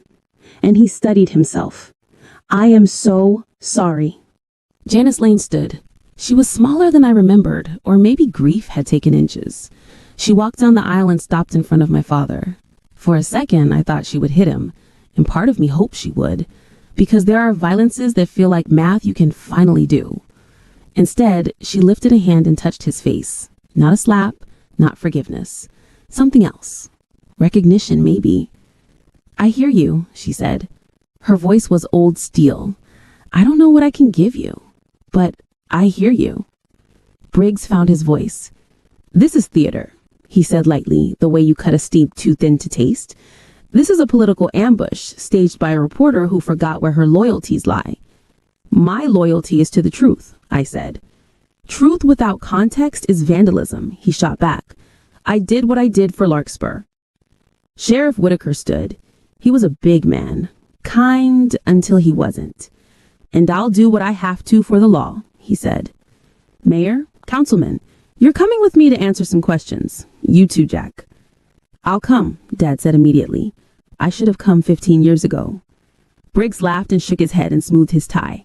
He put a hand on my father's shoulder, like the day after River Days. Dad stepped away, and the movement was small and enormous, like a levee line shifting inch by inch until the water takes a new path. No one clapped, no one booed. We all sat with the sound of a gate moving in our heads. There wasn't a perp walk. There were interviews in rooms with bad coffee and good tape recorders, and statements written carefully, and lawyers who used words like mitigating. The River Authority opened an investigation. Briggs' campaign sagged like a wet banner. He called it a smear and promised to fight, but the donors found other porch lights to hover under.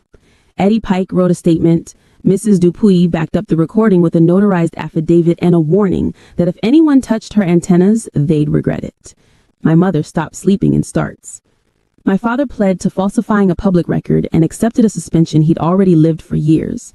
He started teaching river safety to middle schoolers in a gym that smelled like dust and old dodgeballs. He wore a polo shirt with the county seal and looked like a man who had found a way to use his hands again. I wrote the story, not for the Tribune, for the Larkspur Ledger, the paper with a staff of 2 and a subscription base that sends checks with notes like, for the crossword, and please print my grandson's picture bigger. I called it Gate 6. The editor, Mrs. Hall, who used to give me extra library time when I was in 4th grade, ran it across the front page with a photo of the dam in morning light. A week later, I wrote another story. I called it My Father's Tears, the memory I can't forget. It wasn't about a gate or a mayor. It was about standing in a kitchen at midnight and learning your parent is a person with a breaking point. It was about how that breaking point can be a hinge if you let it.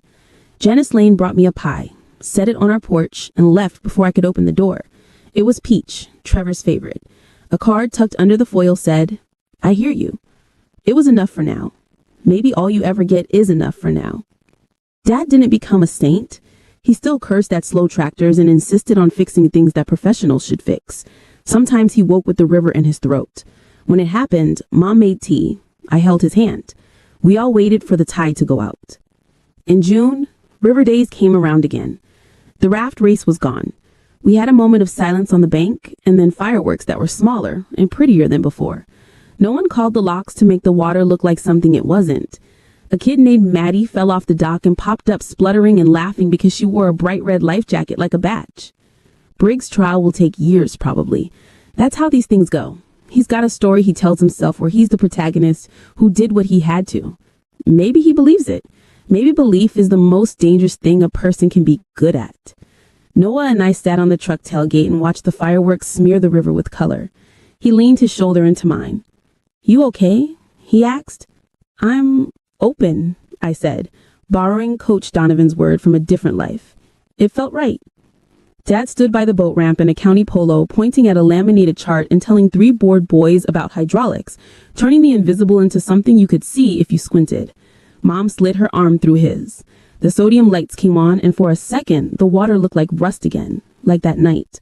Then the wind shifted, and it went back to being itself. Brown-green, patient, holding secrets and letting them go. I used to think the memory I couldn't forget was my father crying. Now I think it's what came after. the way he learned to cry and still stand up, the way we learned to hear the crack and not pretend the board was untouched. I carry it the way you carry a map in a glove box. Old folds, coffee stains, still true. When the fireworks ended, the crowd clapped like you clap for the friend who tells a story you've heard before but need to hear again.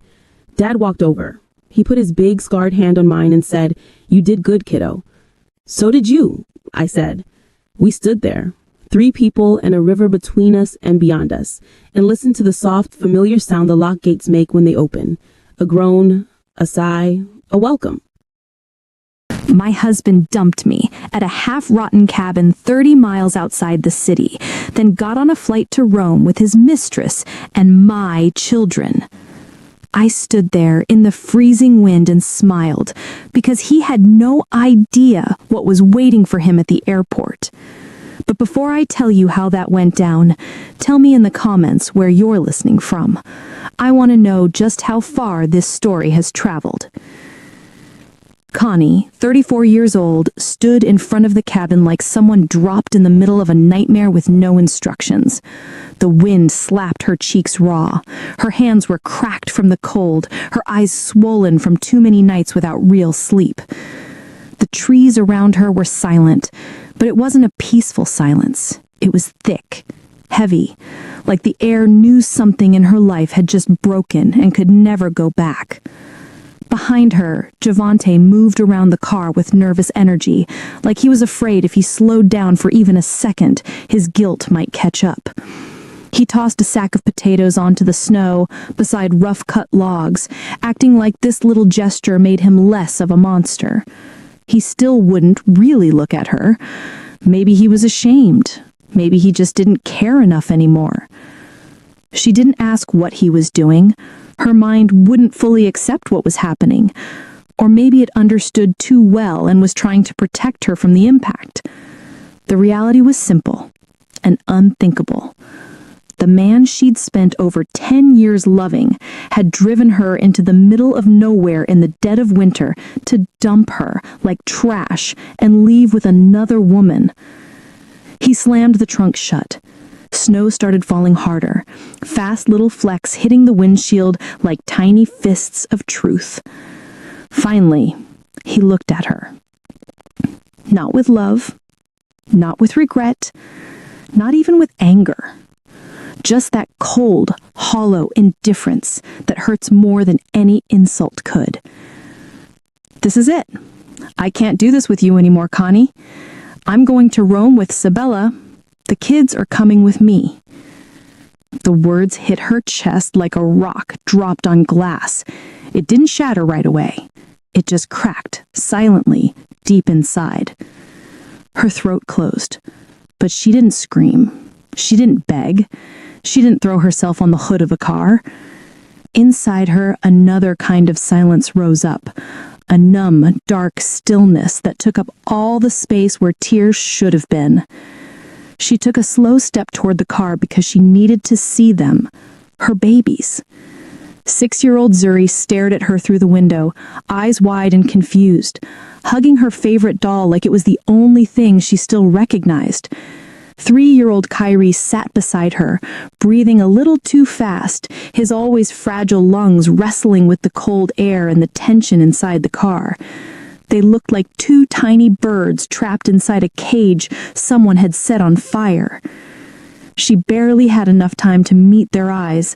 Javante hit the button and the window rolled up, the glass sliding between mother and children in one smooth, merciless movement. No chance for, "I love you," no last, "I'm here." Just a pane of glass sealing her away from the 2 hearts she'd spent carrying under her own. Her hand lifted and touched the glass, shaky, automatic. Not logic, not strategy, just the instinct of a mother whose children are being carried into danger. Inside, she saw Zuri say something she couldn't hear. Kyrie reached out one tiny hand toward her. The glass reached the top first. Javante didn't even try to comfort them. No, this is for the best. No childish lie to soften the blow. Just silence. The silence of a man who had emotionally left his marriage long before he physically drove away. The silence of someone who had already deleted his wife from the story, like she'd never existed. Her knees felt weak. The cold bit into her skin, but it was nothing compared to the ice spreading through her rib cage. She jumped into the car, turned the key, and pulled off without even checking if she made it inside the cabin. The tires spun in the snow, fighting for grip, then carried him away from the woman who had built his life with him, away from the home they shared, away with another woman and their children to a dream he thought he deserved. She watched the taillights cut through the trees, watched the outline of her own family shrink and dissolve into the white and gray of the storm. That's how 10 years ended for her. Not with a fight, not with an explanation, but with red lights fading into the dark. And then, when there was nothing left to see, when the car was just a memory, she did something nobody expecting a broken woman would ever imagine. She smiled. Barely. Just a small, cracked curve at the corner of her lips, but it was real. Was she devastated?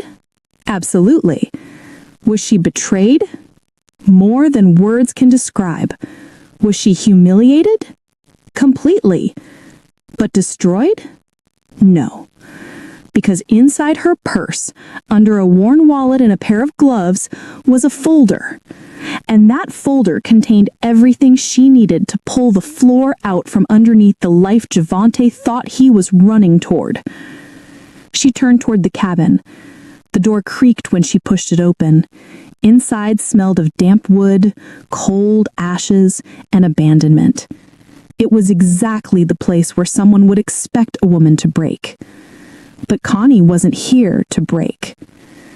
She placed the sack of potatoes against the wall, ran a hand over her face, and stared through the dusty window toward the road where the car had disappeared. In a calm, steady voice, she said, "You have no idea what war you just started." Her words disappeared into the old wood of the walls, but something in the air shifted. The fight ahead wouldn't be loud or wild. It wouldn't be about throwing plates or chasing cars. It would be quiet, strategic, precise, fought with signatures and dates and technicalities, things her husband had underestimated his entire life. Because this moment, this cabin, this abandonment had roots, deep ones. The real story had started a month earlier, on a normal afternoon in their shared home when she found something she was never meant to see. She'd gone into his home office looking for the electric bill. He kept every document there in neat piles, labeled folders, and envelopes lined up as if his life was perfectly under control. She didn't find the bill. She found an envelope with the title company's logo she didn't recognize. She felt it before she understood it. That little pull in the stomach that says, "Open it." So she did. The papers inside were like a slap she couldn't hear but could feel all the way to her spine. It was an authorization to sell their house, their family home. Except he wasn't the seller. Another name was listed. Sabella. The same woman now in the car with her, dressed for Rome. Her fingers trembled as she read and reread the documents. He had forged signatures, filed paperwork she'd never seen, used her name without her consent. He had erased her from the deed months ago. On paper, she was already out of the picture while she was still cooking dinners, packing school lunches, and asking him how his day went. The affair hurt. The financial betrayal sliced deeper. He wasn't just leaving her. He was planning to leave her with nothing. No house, no legal rights, no kids.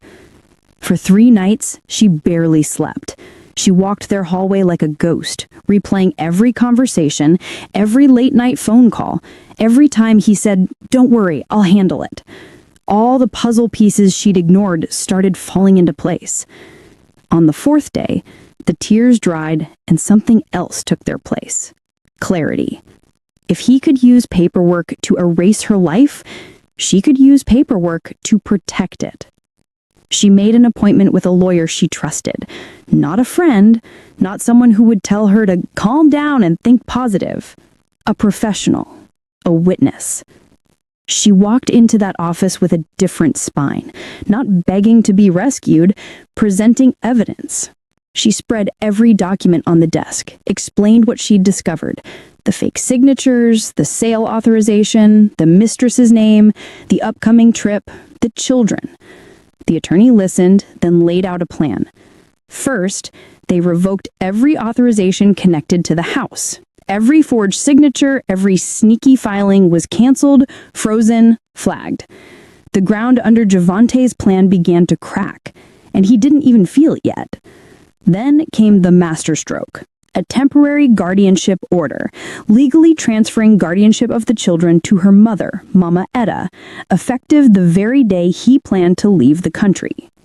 That meant that once the order was activated, he could not legally take the children out of the country without explicit consent from the guardian. And that consent wouldn't be him, it wouldn't be Sabella, it wouldn't even be Kaani in her naive wife role. It would be a grandmother who knew exactly what he was capable of. All they needed to trigger it was proof. Written proof from his own device that he had willingly dropped the kids off at their grandmother's. She left that office with a folder of documents and a different kind of strength. She walked back into her home with the quiet composure of a woman people underestimate right before she calmly rearranges their entire fate. He had lined his dominoes up carefully. She had just nudged the first one. The days before the trip were a twisted performance. He walked through the house like a man who already lived somewhere else, talking to Sabella loudly over the phone, throwing words like our apartment in Rome and our new life in the air, as if his wife was just part of the furniture. Sometimes he forgot to lower his voice. Sometimes he didn't bother. She didn't fight, didn't ask, how could you? Not anymore. She folded clothes, packed school lunches, checked homework.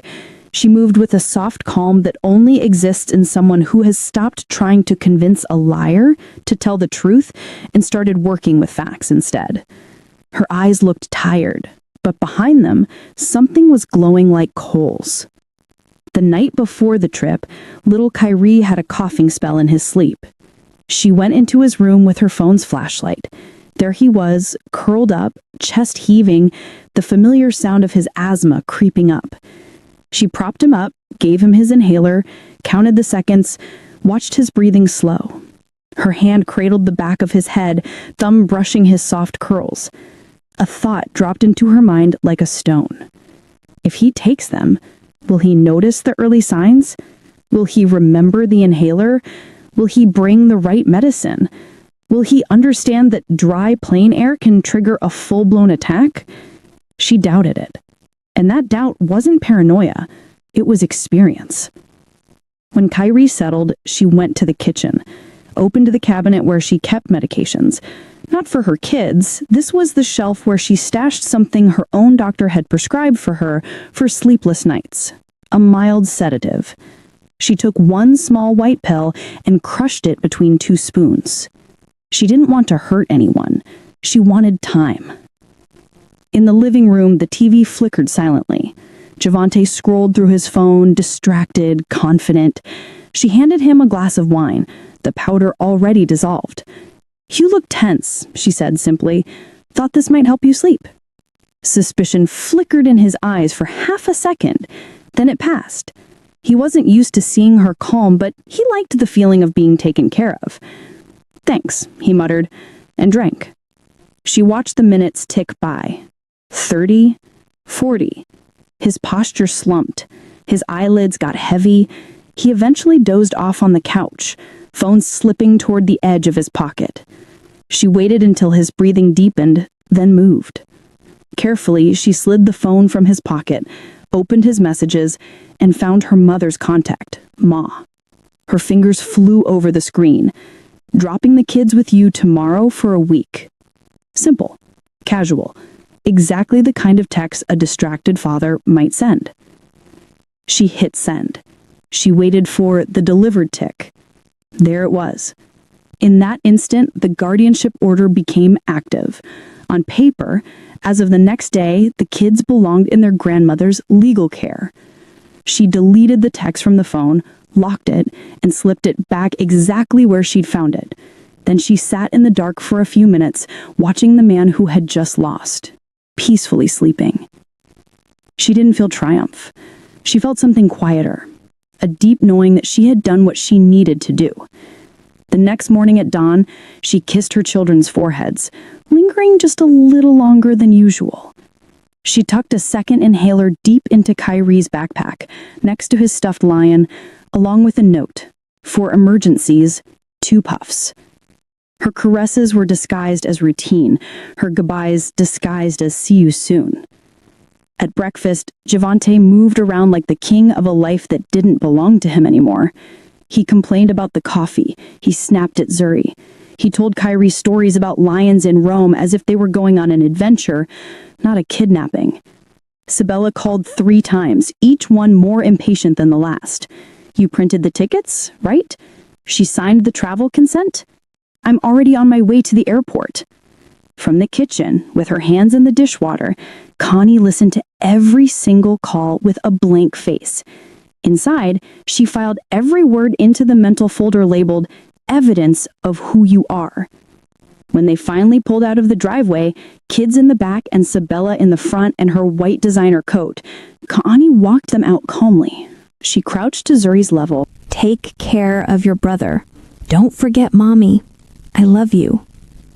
They drove away.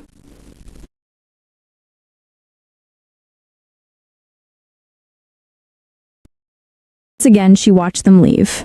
Once again, she raised her hand. But this time, behind the pain was something else. Readiness. She closed the door, leaned against it for a moment, and shook. Not from fear, from all the tension she'd been carrying like armor. In that same moment, Javante drove down the highway toward the airport. In the passenger seat, Sabella talked about Rome like she had already moved there months ago. In the back seat, the kids dozed, sedated. He'd found a bottle of syrup in the cabinet and decided it would be easier that way. Less fuss, less crying. He didn't ask what it was. He didn't bother to think about the dose. Convenience had always mattered more to him than details. At the airport counter, the airline agent smiled and asked for their passports. Everything went smoothly until she looked up and asked, "Do you have the signed authorization from the mother to travel internationally with the minors?" He laughed, impatient. "I'm their father. She already signed whatever she needed to sign. Here." He handed over the crumpled paper he'd tucked into his bag. The agent scanned it, checked her screen, and her expression shifted. "I'm sorry, sir. This document has been revoked. There's an active legal order transferring temporary guardianship of the children to another party effective today." He felt the floor tilt. "What do you mean revoked? My wife—" "Sir, I'll need you to step over here with us." A security officer cut in gently. Sabella's face hardened. "We don't have time for this. We're going to miss our flight." "It's not about the flight, ma'am. It's about custody and travel authorization." They were led into a small side room. A border control officer entered with a file.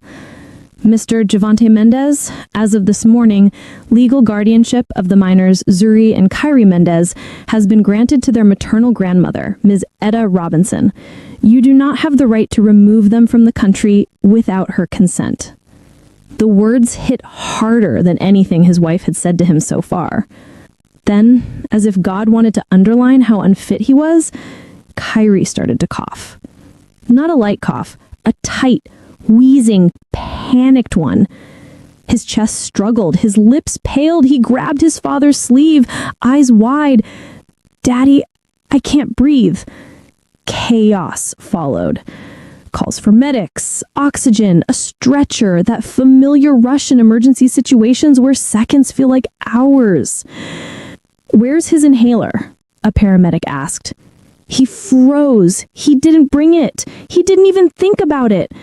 while their son gasped for air in an airport side room.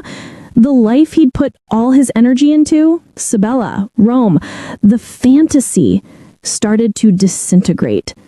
Sabella slipped quietly out the door when things got messy. By the time he looked up, she was gone. Just like that. Back across the city, Kawani's phone rang. It was Mama Etta. They're at the airport. He can't take them, and baby, Kyrie's had an asthma attack. They're taking him to the hospital. For a second, the room spun. She slid down to the kitchen floor, her back against the cabinet, and whispered, "I'm on my way." This wasn't about winning anymore. This was about survival. At the hospital, fluorescent lights buzzed and monitors beeped. Doctors moved quickly around Kyrie's small body. Tubes, mask, machines breathing for him. When she finally saw him in the ICU, her knees nearly gave out. She took his hand, stroked his hair, and whispered, "Mommy's here. I'm right here. You hold on, okay?" Outside, in the corridor, Javante sat with his head in his hands. When she walked out of the ICU, their eyes met. "What did you give him?" she asked softly. He swallowed, "Just half a pill from your bottle. I wanted them calm. I didn't mean..." "You didn't know," she cut in, "because you never bothered to learn. You never learned his triggers, his doses, his limits. You didn't think about him at all. You thought about you." He had no defense. The doctor emerged. "He's stable, but critical. The next 12 hours will be crucial." That night, she stayed by her son's bedside. He was asleep, sedated, his small chest rising and falling with the machine. She laid her head near his hand and prayed. Not for revenge, not for justice, just for breath. While Kyrie fought for air, Javante's other illusions started to collapse. The next day, a federal investigator sat across from him in a small hospital office with a folder on the table. "About Miss Sabella Torres, she's not who you think she is." The name on the page read something else entirely. Keisha Rufin. Multiple aliases, multiple victims. She's under investigation for fraud, identity theft, and organized schemes targeting men like you. The plan was simple. Get you to sign away your assets, move money, then disappear. The trip to Rome, part of a con. She was already arranging a private exit with your money. "The house?" he croaked. "Your wife already stopped that sale. She's the one who came to us. Without her, you'd be facing charges yourself. You were one step away from being implicated in a fake kidnapping of your own children." For once, he had nothing to say. No one to blame, not even Sabella. Because deep down, he knew the truth. She had manipulated him, but it was his ego that made it so easy. Later, when Kawani walked into that office, she found him crushed, smaller than she'd ever seen him. He lifted his head slowly and said, "I didn't know about her, about any of it." She replied quietly, "You didn't want to know because it felt good not to know." He asked, "Can you forgive me?" She sighed, a sound heavy with years. Forgiveness and consequences are two different things. What happens next isn't revenge, Javante. It's the bill for what you did. Court followed. Full custody awarded to her, supervised visits for him, child support set. The judge's gavel echoed like the closing of a long, painful chapter. He didn't argue. He just nodded. Everything he cared about had already been taken from him. By his choices, his cowardice, his pride. She sold the cabin where he had abandoned her. Used the money, plus a loan, to get Kyrie into a specialist clinic in Germany. A place with better air, better treatment, better chances. At the airport, this time she was the one holding the passports. Zuri clutching her doll, Kyrie with his stuffed lion and his inhaler packed safely where she could reach it in 2 seconds flat. Just before security, she saw him. "Can I say goodbye?" he asked, voice shaking. She hesitated, then nodded. He knelt in front of Kyrie. I'm so sorry, son, for everything. Kyrie looked at him with a gentleness that cut deeper than anger. Be good, Daddy, he whispered. Zuri handed him a folded drawing. 4 smiling stick figures holding hands. Mom, Dad, Zuri, and Kyrie. So you don't forget us, she said. He pressed it to his chest like a bandage over a wound he'd carved himself. Kayani met his eyes one last time. There was no hate left, just a sad kind of peace. We're going, she said. He watched them walk away. This time, there was no secret plan, no new life waiting, no woman in a white coat, just consequences. On the plane, as the city shrank into distance beneath the clouds, Zuri fell asleep on her shoulder. Kyrie slept on her other side, breathing evenly, cheeks relaxed. Tears slipped silently down her face, not from heartbreak this time, from relief. She stared out at the sky and understood something she'd never really believed until that moment. Sometimes, what feels like losing everything is actually being rescued. She hadn't gotten even. She hadn't set out to destroy him. She had simply refused to let him destroy their children's future and her own sanity. Justice, not revenge. When Zuri woke and asked softly, "Mommy, will we come back someday?" Kayani brushed her hair back and said, "We'll come back when it doesn't hurt anymore. When this is just a story we survived." And that's what this is now. A story about a woman left in the snow who chose not to stay frozen. If this story stayed with you, tell me in the comments what city you're listening from. I want to know how far her strength has traveled. If you'd like to hear more stories like this about women who refuse to stay broken, don't forget to subscribe, leave a like, or send a little thank you so I can keep bringing these stories to life. On your screen, you'll see 2 more life stories I think you'll love. Click on one, stay with me a little longer. I'll see you in the next story with love and respect. The afternoon settled on our apartment like a gray blanket. Not stormy, just heavy. The light coming through the kitchen window was the kind that made everything look a little older than it already was. The table, the chipped mugs, my mother's hands. The tap in the sink had started its slow drip again. 1 drop, pause, another. Behind it, the refrigerator hummed like it was remembering something. Down on the street, a bus sighed, doors opening, doors closing, people moving on with their lives. Inside, we weren't moving much at all. The wedding dress lay in the middle of the kitchen table, spread out over a faded vinyl tablecloth with lemons on it. My mother had chosen that tablecloth because it hid stains, she said. Today, it just made the lace look even more fragile, whiter, out of place. I watched her fold the dress, then unfold it, then fold it again. Fabric gets offended if you rush it, she murmured, more to herself than to me. She smoothed the bodice with the flat of her palm, pressing out wrinkles that had been there longer than I'd been alive. The lace caught what little light we had, making tiny shadows on her fingers, like spider webs. The browser tab on her phone was still open on the counter. Online buyer, meet up at 4, cash only, no returns. We were not the kind of people who sold wedding dresses on the internet. Or, at least, I didn't think we were. Until now. It looks smaller, I said. She didn't look at me. Everything looks smaller when you're done with it. Her voice was light, but it hung in the air like steam over a pot. I sat on the chair nearest the window, knees tucked up, watching her as if she might suddenly change her mind, fold the dress one last shelf. "We need the rent, Lena." She said it soft, like she was talking about the weather. The smell of boiled coffee clung to the kitchen, bitter, overcooked, mixed with the faint chemical tang of starch